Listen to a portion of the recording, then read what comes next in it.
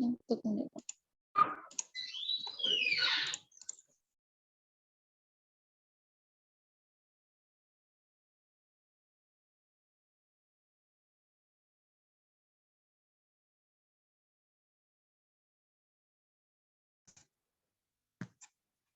आप लोग दोबारा फिर आ गए हैं, तो इंशाल्लाह क्लास स्टार्ट करते हैं। नेक्स्ट अब हम बात कर रहे थे प्रोनाउन की।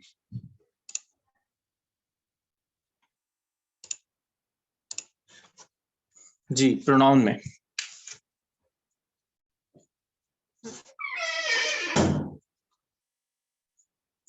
जी आप लोगों को आवाज आ रही है मेरी?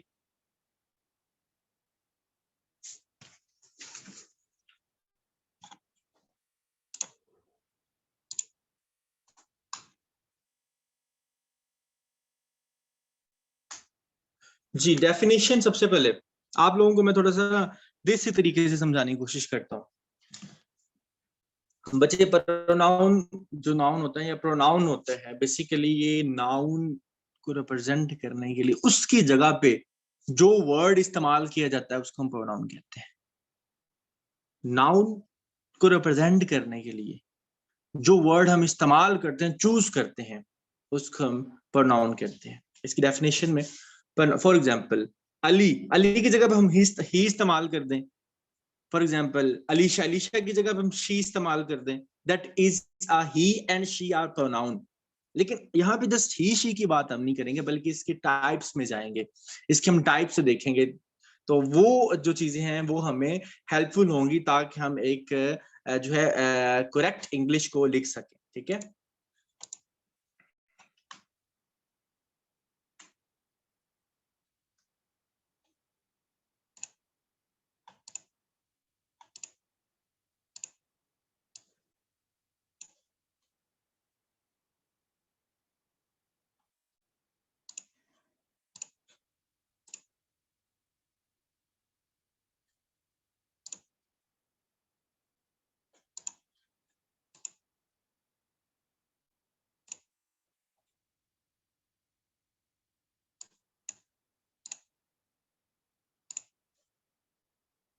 जी नेक्स्ट इसके बाद कैटेगरीज ऑफ प्रोनाउन। ये मैंने सारे जो नोट्स बनाए हुए हैं ये मैंने खुद बनाए हैं आप लोगों के लिए, इसलिए मैं टाइम लगता है मुझे। मैं कोई भी ऐसा नहीं है जो कि फेसबुक से या फिर कहीं और से उठा के आप लोगों को, ये डेफिनेटली मैंने जो हमारी रिकमेंडेड बुक्स है ना एफपीएससी की, जिसमें कैम्ब्रिज की है, इसके अलावा रेनन मार्टिन भी मैंने, एफपीएससी तो नहीं रिकमेंड लेकिन रेनन मार्टिन से मटेरियल लिया हुआ है, काफी 2-3 बुक्स से मटेरियल लेके कॉपी करके फिर मैं यहाँ पे आपके लिए जो स्लाइड्स वगैरह हम बनाते हैं। अच्छा, कैटेगरीज ऑफ प्रोनाउंस में पर्सनल प्रोनाउन है, डेफिनेटली इसके बारे में सारे आगाह हैं। Personal pronoun which we looked at briefly above are used to represent people in a sentence। जब हम peoples को represent करने के लिए noun pronoun का इस्तेमाल करते हैं, जैसे फॉर एग्जाम्पल आगे हम देखेंगे कि unique among pronouns, personal pronoun experience a wide range of inflections, meanings, they can change from reflect specific meaning in the different context। अब personal pronoun में क्या है कि यहाँ पे हम पर्सनल प्रोनाउन में first pronoun, second pronoun, third pronoun लगाते हैं। ठीक है, first personal pronoun, second personal pronoun और थर्ड पर्सनल प्रोनाउन। ठीक है, इसमें फर्स्ट पर्सन, सेकंड पर्सन और थर्ड पर्सन के जरिए इसको रिप्रेजेंट किया जाता है। वो किस तरीके से किया जाता है वो हम आगे जाके डिस्कस किया करेंगे। लेकिन इसके बाद इसके साथ साथ ही अगर हम ग्रामेटिकली लिहाज से देखें तो जो हमारे पास नाउन होता है वो सिंगुलर भी हो सकता है, इसके साथ प्लूरल भी हो सकता है। जो कि प्रोनाउन की बात करें, अगर जेंडर की बात करें तो मस्कुलिन भी हो सकता है और फेमिनिन भी हो सकता है और न्यूट्रल भी हो सकता है। ये 3 जेंडर हमारे पास है प्रोनाउन के रिप्रेजेंट करते हैं। ठीक है, और केसेस की बात करें तो वो सब्जेक्टिव भी हो सकता है, ऑब्जेक्टिव भी और पोसेसिव केस भी। सब्जेक्टिव केस क्या होता है, ऑब्जेक्टिव केस क्या होता है और पोसेसिव केस क्या होता है, ये बेसिक सी बातें हैं बिल्कुल, लेकिन फिर भी मैं आपको इसके ऊपर एक प्रॉपर लेक्चर दूंगा। Go to each of the subsections of personal pronoun to learn more about the all different form। इसके बाद हम बात करते हैं कि पर्सनल प्रोनाउन क्या है। ये बेसिकली उसका थोड़ा सा तारुफ था पर्सनल प्रोनाउन का जो हमें डिस्कस करना है। इसके बाद आपको मैं बताता हूँ इसकी टाइप्स क्या होती हैं या किस तरीके से इसको किया जा सकता है। ठीक है। पर्सनल प्रोनाउन, ये मैंने आपको बता दिया कि पर्सनल प्रोनाउन क्या होता है। ये तीन तरह में हो सकते हैं पर्सनल प्रोनाउन में, first person, second person, third person है। वो किस तरीके से, वो हम आके डिस्कस करेंगे। ठीक है, I, we, that is the first person, he, वो, दैट वो अगर बात करें तो उसके लेकिन एक मिनट रुकिए, मैं आपको नेक्स्ट में लेके चलता हूँ। ओके,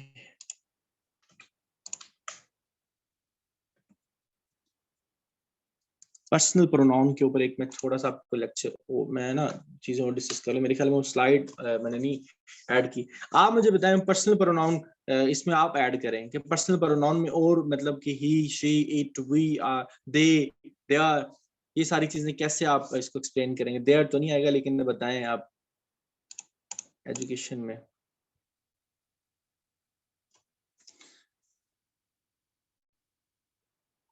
नहीं, थर्ड पर्सन नहीं है ऐसे, ही टू थर्ड पर्सन नहीं है। आई, वो इज फर्स्ट पर्सन। आगे सेकंड पर्सन बताएं कौन सा।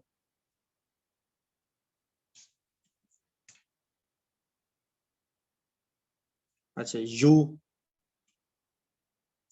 Third person.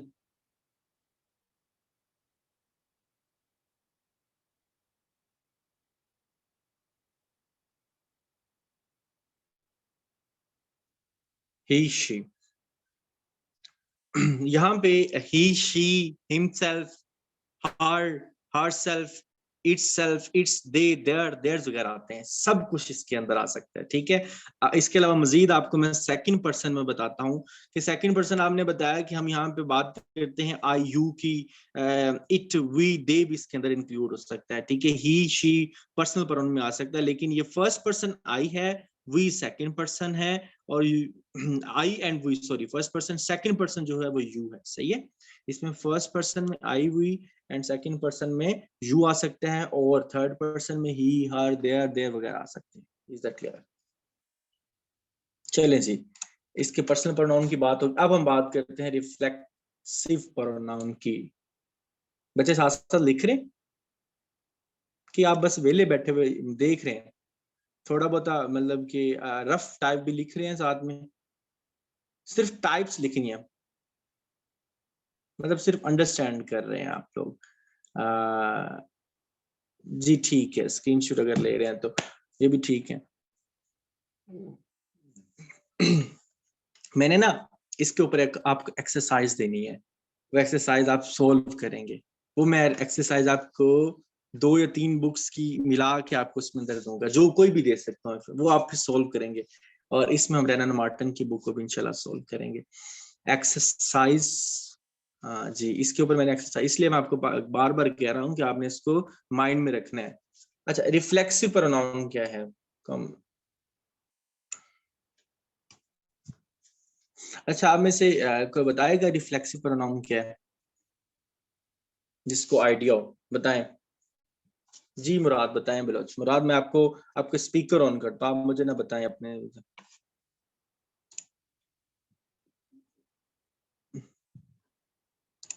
चले मुराद, बताएं।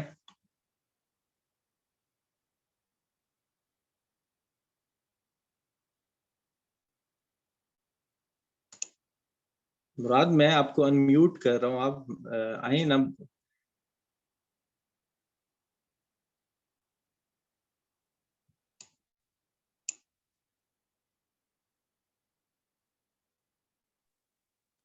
Sir, a pronoun used with self to reflect the action of subject is known as a reflexive pronoun. Like sir, myself, ourself, themself, yourself, himself, herself, itself.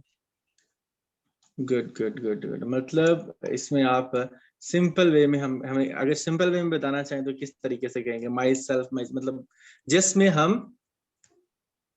खुद के लिए sir कोई अल्फाज जाहिर करें, खुद के लिए जाहिर करें, माई सेल्फ या अवर सेल्फ या देम सेल्व्स जी, या हिम सेल्फ। हाँ ठीक है, मतलब खुद के लिए तो यहाँ पे नहीं कह सकते, यहाँ पे हम मतलब कि स्टाइलिक फॉर्म में, मतलब कैसे इसके अलावा कोई और मतलब कि जस्टिफाई करना चाहिए इस स्टेटमेंट को, रिफ्लेक्सिव प्रोनाउन को।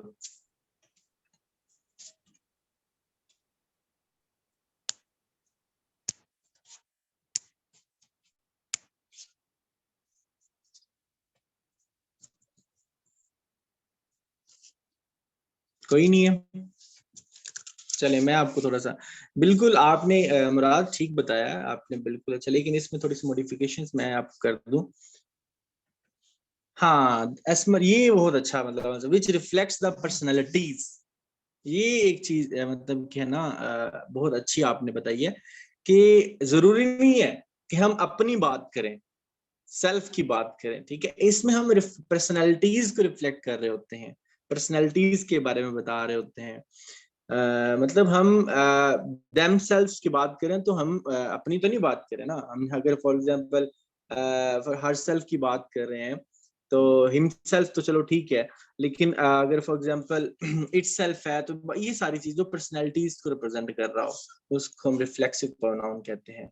अब इसको हम किस तरह मतलब कैटेगराइज करेंगे? Reflexive pronoun are very similar in style and form to personal pronouns. So similar, in fact, they are listed as a sub, अब यहाँ पे सब ग्रुप उन्होंने बताया अलग, लेकिन इसको हम कैसे कह सकते हैं कि दिस अगर with the certain reflexive verbs के साथ ये काउंट होता है।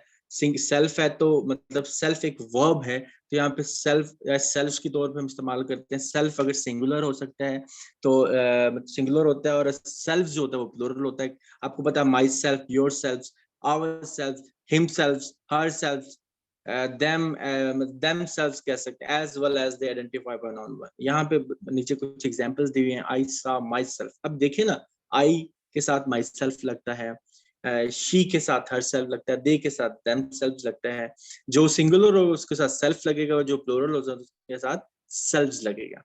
ठीक है जी। ये असमा ने एक बड़ा अच्छा पॉइंट बताया यहाँ पे, कि यहाँ पे आप लिख लें कि विच reflects the personalities, basically reflexive, reflect से निकला हुआ है, ठीक है, मतलब कि मुजाबत से निकला हुआ है, किसी को कनेक्टेड फॉर्म में कह सकते हैं, कनेक्शन से निकला हुआ है। रिफ्लेक्शन करना, रिफ्लेक्ट करना, किसी चीज के बारे में आइडेंटिफाई करना, ठीक है, किसी चीज को बताई चीज को मॉडिफाइड करना, उसको हम रिफ्लेक्सिव कह सकते हैं।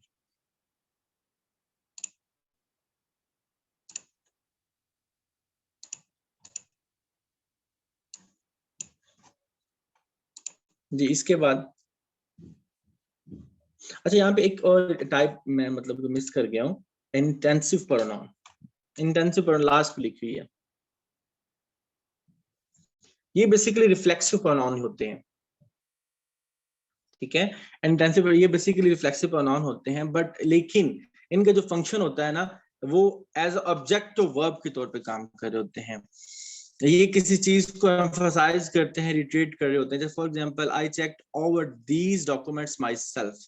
अब ये बेसिकली इसमें क्या है, इंटेंसिव प्रोनाउन जिसमें कुछ शिद्दत इख्तियार कर दिया है, ठीक है, तो इसको हम इंटेंसिव प्रोनाउन में लेकर चलते हैं। ये भी बेसिकली रिफ्लेक्सिव प्रोनाउन ही होते हैं, लेकिन इसमें इंटेंसिव की एक स्पेसिफिक टाइप होती है, ये भी आप याद रखिएगा। आगे इंटेंसिव प्रोनाउन को आइडेंटिफाई किया हुआ है, pronoun identical reflexive pronoun in form, but instead of functioning as object of verb this serve to emphasize or reiterate the subject role in the verb section.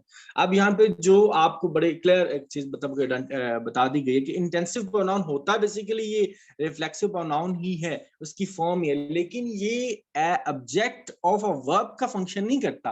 जैसा कि हमने पीछे देखा, ऑब्जेक्ट ऑफ वर्ब की बात कर रहे थे, यहाँ पे हम जो बात कर रहे हैं वो एम्फसाइज की बात करें, एम्फसाइजेस की बात करें, किसके ऊपर? सब्जेक्ट्स के रोल के ऊपर, जो कि वर्ब्स के एक्शन के ऊपर हो रहा होता है। जैसे I checked over these documents my self, the president himself will be in attendance. तो ये आप इसको कर सकते हैं। यहाँ पे आपको मैं थोड़ा सा क्लियर कर दूं, ये थोड़ा सा एक मिनट, कि I checked over these documents, मतलब कि यहाँ पे डॉक्यूमेंट्स, मैंने खुद इन डॉक्यूमेंट्स को चेक किया, माई सेल्फ, यहाँ पे मतलब कि वो जोर डाल रहा है किसी बात की, तो he himself paid for the coaching, नहीं ये बेसिकली नहीं होगा। बेसिकली ये जो बात करें he self, I myself show the picture, नहीं बच्चे ये इसमें आप ना इंटेंसिव प्रोनाउन में नहीं ले सकते। he himself paid for the job, नहीं ये भी इंटेंसिव नहीं है, ये सिर्फ रिफ्लेक्सिव प्रोनाउन है। लेकिन हम इंटेंसिव की बात करें जिसमें हम शिद्दत की बात करें, president himself will be in attendance, जी ये ठीक है। Peoples who cheat others also hurt themselves, ठीक है। इसके बाद हम चलें जी, ये बात क्लियर हुई हमारी। बड़ा लंबा लेक्चर लेके जा रहे हैं, वैसे हम थोड़ा सा फास्टली पढ़ते हैं इसको आगे। इंडेफिनिट प्रोनाउन और डेमोन्स्ट्रेटिव प्रोनाउन, ये चीजें वैसे कॉमनली आप इसको दफा स्क्रीनशॉट ले लें और पढ़ लें। हम आगे जो कॉम्प्लेक्स लेक्चर उनके ऊपर ज्यादा फोकस करेंगे। इंडेफिनिट प्रोनाउन क्या होता है, जिसमें for example we use indefinite pronoun in place of a noun that is not being specified in the sentence, जिसमें किसी सेंटेंस को स्पेसिफाइड नहीं किया जाता। They are many different indefinite pronoun, जैसे which one we use depends on whether we you representing the noun. यहाँ पे हम क्या, ये सिंगुलर भी हो सकते हैं, प्लुरल भी। कॉम एग्जांपल्स क्या हैं, इज एवरीवन हियर, यहाँ पे किसी चीज को मतलब किसी को स्पेसिफाई तो नहीं किया हुआ ना, इज एवरीवन हियर, क्या सब यहाँ है, मतलब सब कौन, किसी के बारे में बताया होगा, नहीं बताया होगा, दैट इज मतलब दैट इज इंडेफिनिट। लेकिन अगर हम बात करूं कि एज अली इज हियर, तो यहाँ पे मैं किसी स्पेसिफिक नाउन को मतलब रिप्रेजेंट कर रहा हूँ। या फिर इज ही प्रोनाउन, अगर हम प्रोनाउन की बात करें इज ही इज हियर, तो यहाँ पे हम बात करेंगे ही की बात करें तो that is a definite pronoun. ठीक है, इनडेफिनेट और डेफिनेट की ये थोड़ी मतलब कि आप याद रखिएगा।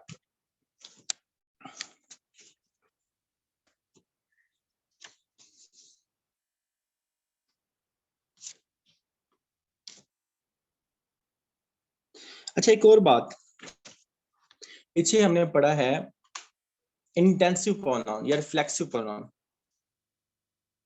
इसको हम इम्फेटिक प्रोनाउन भी कहते हैं। इम्फेटिक प्रोनाउन में और रिफ्लेक्टिव प्रोनाउन, मतलब आपने याद रखना है कि इनको हम इम्फेटिक प्रोनाउन भी कहते हैं। इसके एक नाम भी लिख लें, emphatic pronoun.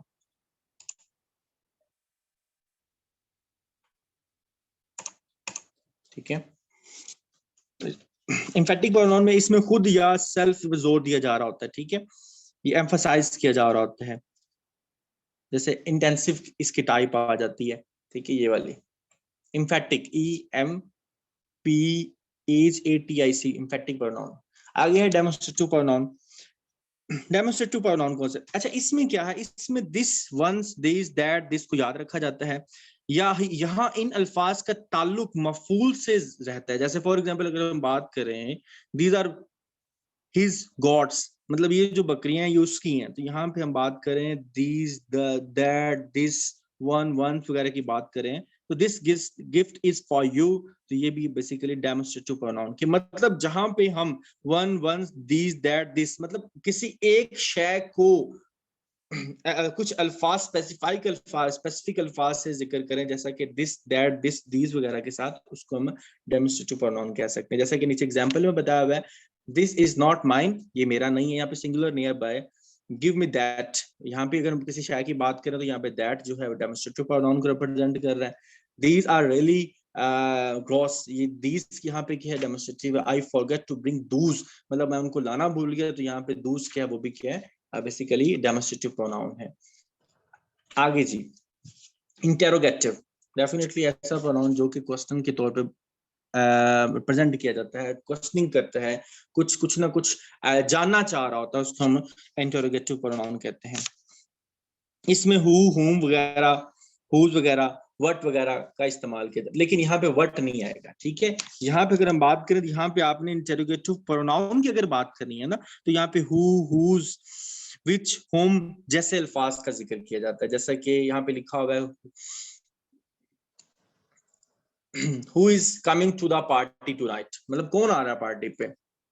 so which will it be $10,000 और न्यू स्पोर्ट्स कार। अब so which, यहाँ पे which का जो रिप्रेजेंट है, किसकी बात करें तो वो so could you tell me whose these are, मतलब यहाँ पे these की बात करें तो यहाँ पे these का जो वर्ड है वो मतलब कि यहाँ पे ले सकते हैं। whose भी बेसिकली यहाँ पे वैसे इंटरोगेटिव प्रोनाउन को रिप्रेजेंट कर सकता है। Do you know what we are doing here, do you know क्या तुम जानते हो, what we are doing here, मतलब यहाँ पे भी मतलब कि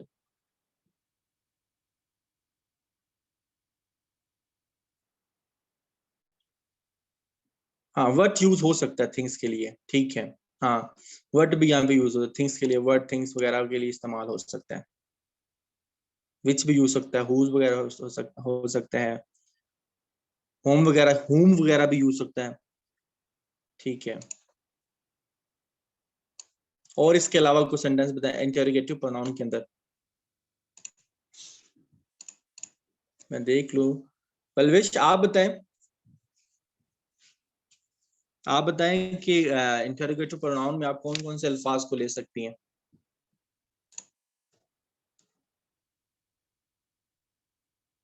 जी, whom do you want see me, wants क्यों लिखा है?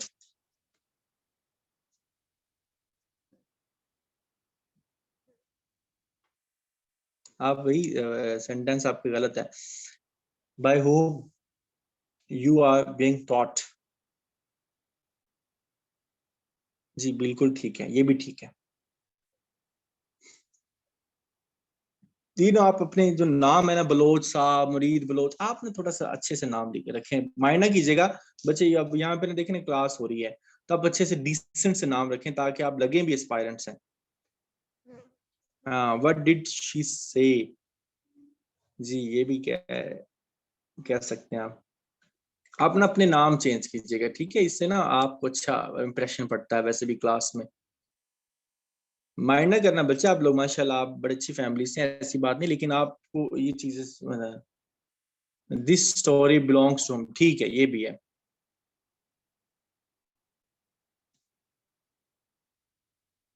वैसे जो है ना, this story belongs to whom, ये तो इंटरोगेटिव तो बन ही नहीं रहा।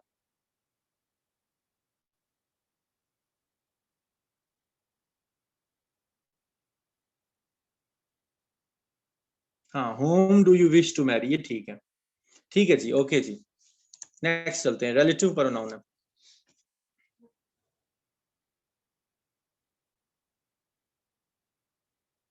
हाँ, by whom this story to belongs to, ये ठीक है समीला, ये सेंटेंस आपका ठीक है। ये आप लोगों को ठीक नजर आ रहा है क्या, मुझे ही नीचे से मतलब के?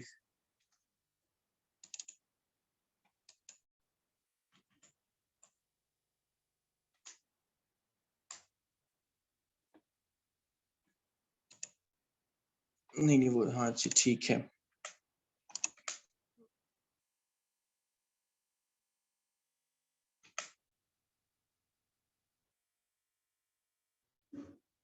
अच्छा जी, आगे रिलेटिव प्रोनाउन की बात करते हैं। तो बच्चे ये आप समझ लें, ये कनेक्शन का काम करता है relative pronoun.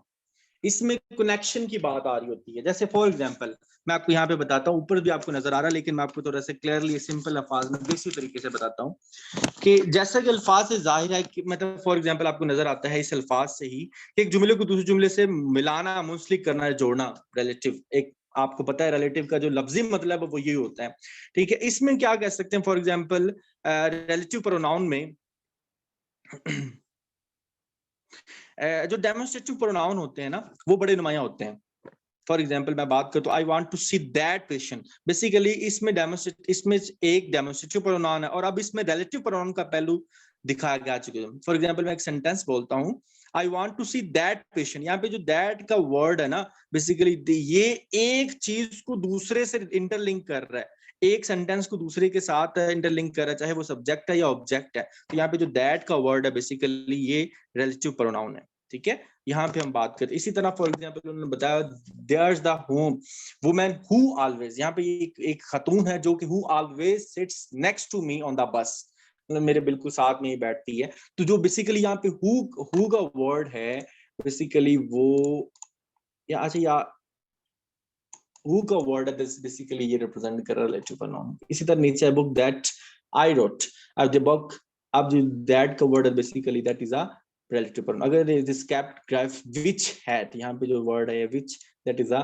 relative pronoun। the person whose, यहाँ पे जो whose है basically that is a relative pronoun। basically ये होते डेमोन्स्ट्रेटिव प्रोनाउन ही है, लेकिन ये डेमोन्स्ट्रेटिव प्रोनाउन ऐसे प्रोनाउन होते हैं जो कि एक सेंटेंस को किसी दूसरे के साथ इंटरलिंक करते हैं, होते ही डेमोन्स्ट्रेटिव। इसको हम डेमोन्स्ट्रेट, देखो ना हमने पीछे पढ़ा था डेमोन्स्ट्रेटिव प्रोनाउन क्या होता है, दैट, दीस, दिस वगैरह, वंस वगैरह आ सकते हैं। लेकिन जब एक सेंटेंस दूसरे इररिलेवेंट सेंटेंस या प्रेडिकेट के साथ इंटरमैच हो रहा हो, जुड़ रहा हो, उसको हम कहते हैं रिलेटिव प्रोनाउन।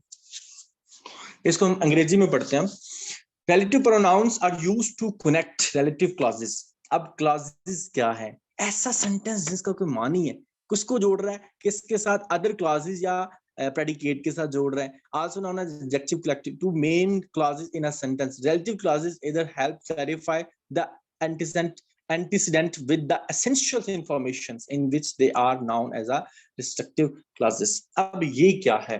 इसका मतलब एक ऐसा सेंटेंस है जिसके बारे में कंप्लीटली हम जानते हैं कि, लेकिन अब उसको एक सेंटेंस को दूसरे के साथ रिलेट किया जा रहा है। जैसे कि ऊपर वाले सेंटेंस में देखें कि restrictive clauses क्या है? Who functioning as the subject, यहाँ पे हु जो काम कर रहा है वो फंक्शन कर रहा है एज अ सब्जेक्ट के तौर पे, लेकिन ये रिस्ट्रिक्टिव क्लॉजेस है। अगर हम बात करें रिस्ट्रिक्टिव क्लॉजेस मतलब रिलेटिव प्रोनाउन को प्रेजेंट कर रहा है। क्लॉज क्या होता है? क्लॉज एक ऐसी शय होती है जो कि एक मुकम्मल सेंस दे रही होती है सेंटेंस में, ठीक है।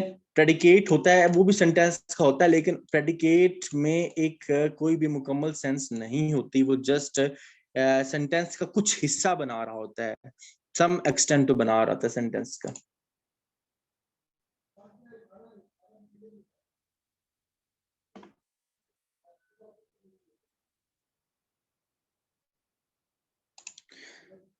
अच्छा, रिलेटिव प्रोनाउन में कोई एग्जांपल क्लैरिफाई करें आप। अब आप बोले, शाबाश।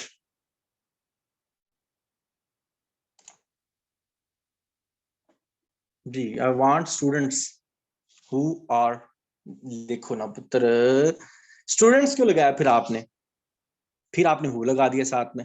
ऐसा नहीं ना, आप पूरी ग्रामर को ठीक रखा करें, ऐसे ऐसा चलो हो जाएगी, परेशान नहीं हो समीउल्लाह। आई वांट स्टूडेंट्स, अगर यहाँ पे स्टूडेंट आता ना वर्ड तो वो अच्छा होता है। आई Akbar is such a boy as a, जी ठीक है। The book that she stole is of mine, जी ठीक है।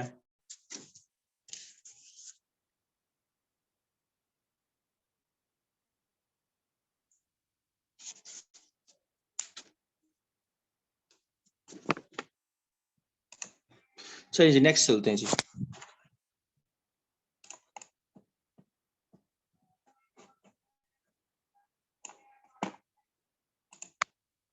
The country which was being oppressed was Palestine. Very good, बहुत अच्छा सेंटेंस बनाया है smart. The country which was, आज के करंट अफेयर्स से रेलेवेंट ये इंस्पायरेंट अच्छा है। देखो ना, उसने करंट अफेयर्स की सिचुएशन को वेरीफाई किया, उसने ब्रीफ दिया करंट अफेयर्स की सिचुएशंस को। The country which was being oppressed was Palestine. There is a neighbor who always came to garden. जी ठीक है। चलें जी नेक्स्ट चलते हैं। रेसिप्रोकल प्रोनाउंस क्या होते हैं और डमी प्रोनाउन, ओए होए, ये एक चीज बड़ी इंपॉर्टेंट है आप लोगों के लिए। सबसे पहला डमी प्रोनाउन सुना हुआ है? आप में से किस किसने सुना हुआ है? सही से बताइएगा।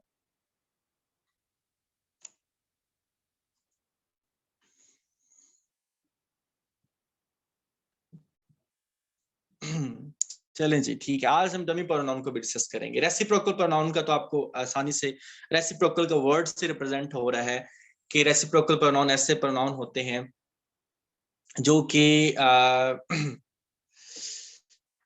दो या दो से ज्यादा जो नाउन्स होते हैं उनको, जो प्रोनाउंस होते हैं सॉरी, उनमें आपस में कोई कनेक्शन को रिप्रेजेंट करें। जैसे फॉर एग्जांपल ईच अदर और एन अदर की बात करें, ठीक है, इसको हम रेसिप्रोकल प्रोनाउन कहते हैं। रेसिप्रोकल प्रोनाउन भी मेरे ख्याल में बहुत ज्यादा कम लोगों ने सुना हुआ है। रेसिप्रोकल प्रोनाउन हम बेसिकली पढ़ते क्या, इंटरोगेटिव पढ़ लेते हैं, इंडेफिनिट, डेफिनिट पढ़ लेते हैं, रिलेटिव पढ़ लेते हैं, डेमोन्स्ट्रेटिव, एम्फेटिक और रिफ्लेक्टिव पढ़ लेते हैं या पर्सनल पढ़ लेते हैं। लेकिन यहाँ पे जो चीजें मैं आपको बताई रेसिप्रोकल प्रोनाउंस हैं, ये वो चीजें हैं जो कि हमने सीएसएस के लिए जरूरी हमें पता होना चाहिए, ठीक है। हमें डीपली इन चीजों को आप ये साथ साथ लिखते भी जाएं। रेसिप्रोकल प्रोनाउंस और डमी प्रोनाउंस क्या होते हैं? रेसिप्रोकल प्रोनाउंस फॉर एग्जांपल हम इसको पढ़ते हैं, we use reciprocal pronouns when two or more people both act as the subject of verb, मतलब दोनों जब वर्ब का काम कर रहे हो लेकिन उनमें कोई कनेक्शन देना जाना, जैसे Jack and I call each other every day. हाँ, मैं और जैक हर रोज एक दूसरे को कॉल करते हैं। My neighbours and I spend a lot of time at each other house, यहाँ पे एक दूसरे घर पे अच्छा टाइम स्पेंड करते हैं। ये भी ईच अदर्स, और आप कह सकते हैं कि एन अदर, ये बेसिकली दो रेसिप्रोकल प्रोनाउंस होते हैं, इसको आप लिख लें। ईच अदर ट्रेडिशनल यूज होता है फॉर टू पीपल्स और एन अदर आपको पता है मोर देन टू पीपल्स होता है। ये एक कॉमन सेंस की बात है कि जब आप दो आपस में लोग बैठे हो तो ईच अदर की बात करेंगे। अगर हम बहुत सारा सेट बना के बैठे हैं, 10-12 लोग बैठे हैं, तो वो आपस में जो डिस्कशन कर रहे हैं, उनकी जो डिस्कशन है वो ईच अदर में नहीं बल्कि एन अदर में आती है। अगर डमी प्रोनाउंस क्या होते हैं? अच्छा, डमी प्रोनाउंस में सिर्फ 2 वर्ड्स हैं, वो 2 वर्ड्स कौन कौन से? दे आर है और इट है, ठीक है, they are and it. For example, जहां पे कुछ सेंस ना पड़ रही हो प्रोनाउन की, for example there is a ship in the harbour. अब कहाँ पे शिप है ये नहीं पता हमें, ठीक है, यहाँ पे dummy pronouns more technically known as the expletive pronouns, इसको हम एक्सप्लेटिव प्रोनाउंस भी कहते हैं। जैसे ऐसे वर्ड्स होते हैं जो कि फंक्शन ग्रामेटिकली तौर पे प्रोनाउंस के दे रहे होते हैं, बट ये एंटीसीडेंट्स होते हैं, मतलब उससे हट के होते हैं। They that is they do not replace a noun, मतलब ये नाउन, फ्रेज और क्लास को रिप्लेस नहीं करते।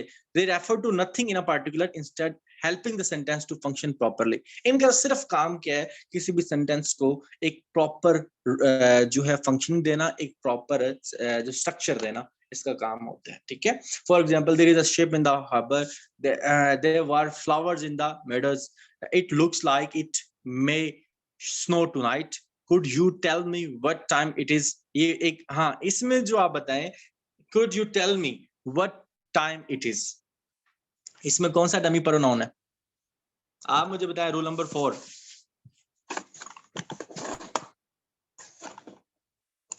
रोल नंबर 4 किधर है?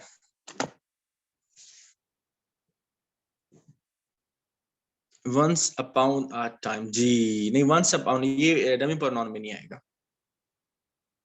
वंस अपॉन अ टाइम ये तो एक फ्रेज है ना? नहीं, ये तो एक हाँ, ये फ्रेज है, ये फ्रेज में आ रहा है ना, वंस अपॉन अ टाइम। इसमें तो इसमें तो आप बात करें, प्रोनाउन तो है ही नहीं।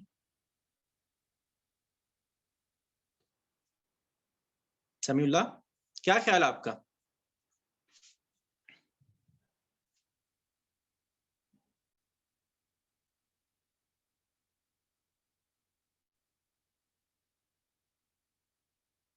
जी, इसमें आप प्रोनाउन नहीं लगा सकते, जिस बिल्कुल ऐसे ही स्टोरीज में स्टार्ट होता है, लेकिन इस ये जो तब की स्टोरीज में स्टार्ट होता है जब हम ना 8-10 में थे, लेकिन अब की स्टोरीज में वंस अपॉन अ टाइम में स्टार्ट होता है।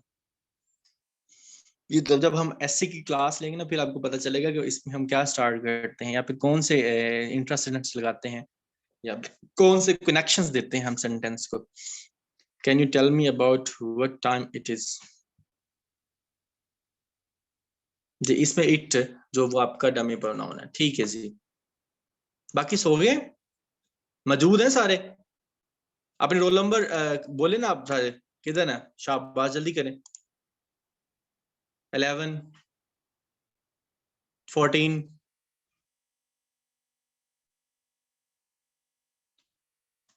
8,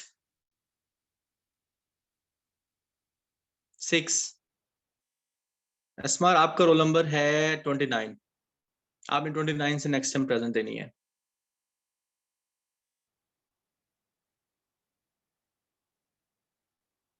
बाकी लोग देख लें, 10 लोग प्रेजेंट है, सिर्फ 4-5 लोगों के रोल नंबर है, गलत बात, बहुत ज्यादा। 5 लोग थे जिन रोल नंबर दिए, बाकी लोग सिर्फ ऑन करके भाग गए हैं। इनके रोल नंबर लिख ले और बाकियों को हम क्लास में जाके पूछते हैं। अच्छा, 30 भी आ गया। चले जी, इसके बाद डमी पर एडजेक्टिव क्या होता है? हमारे पास 5 मिनट है, एडजेक्टिव हम कर लेते हैं, छोटा सा टॉपिक है। एडजेक्टिव क्या होते हैं? Basically adjective used almost exclusively to modify noun, मतलब कि नाउन को मॉडिफाई करना, उसको हम एडजेक्टिव का नाम देते हैं। मतलब कि नाउन्स की खुसूसियात को रिप्रेजेंट करना, उसको हम एडजेक्टिव कहते हैं। यहाँ पे एडवर्ब का भी जिक्र नहीं है, एडवर्ब में नाउन नहीं आता, प्रोनाउन नहीं आता। लेकिन यहाँ पे अगर हम बात करें एडजेक्टिव की, adjective is a characteristics and modifications in the nouns. John wears red glasses, glasses क्या है? बेसिकली वो नाउन है, लेकिन कौन सी ग्लासेस? रेड है, that is adjective. Red modify the noun glasses. आगे क्या है?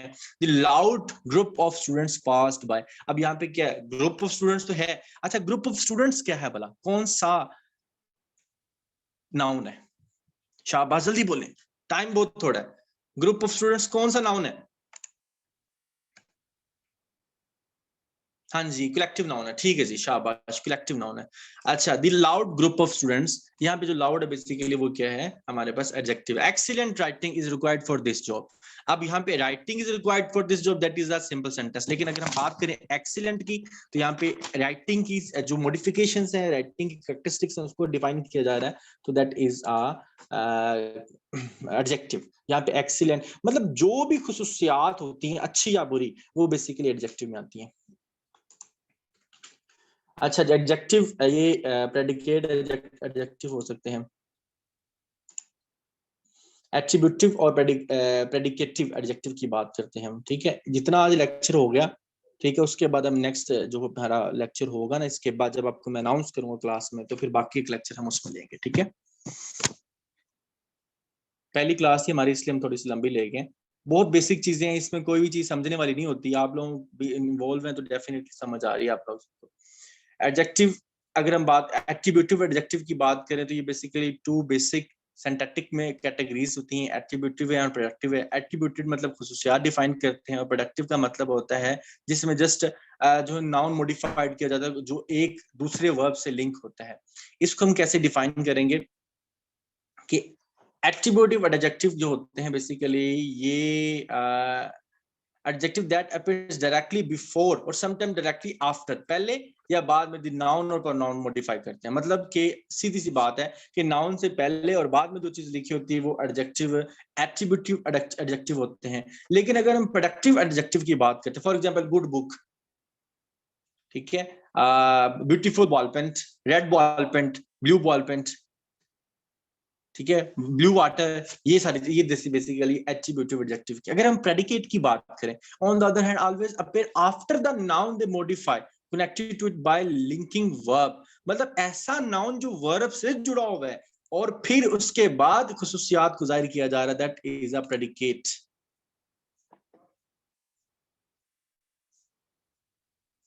सर ये भी तो एडजेक्टिव हो सकती हैं, तो ये एडजेक्टिव पढ़ रहे हैं ना, एडजेक्टिव की टाइप्स पढ़ रहे हैं हम। Like good book, naughty boys, जी बिल्कुल ऐसे ही है, good book, naughty boys, that is adjective.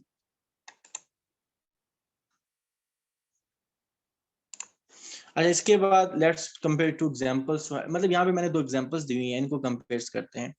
सबसे पहले the black dog is barking.